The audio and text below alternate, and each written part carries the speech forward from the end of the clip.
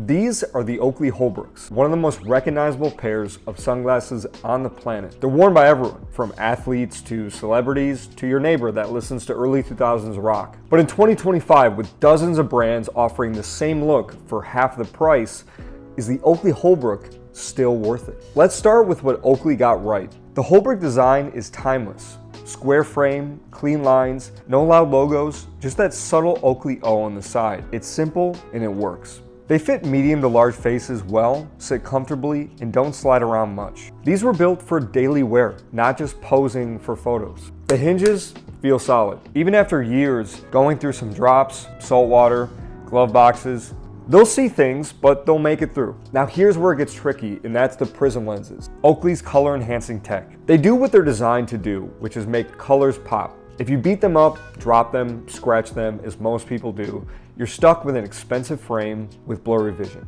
And that's exactly where Fuse comes in. Fuse makes custom cut replacement lenses for any name brand frame, including the Holbrook. So instead of buying a new pair, you can swap out lenses in just minutes.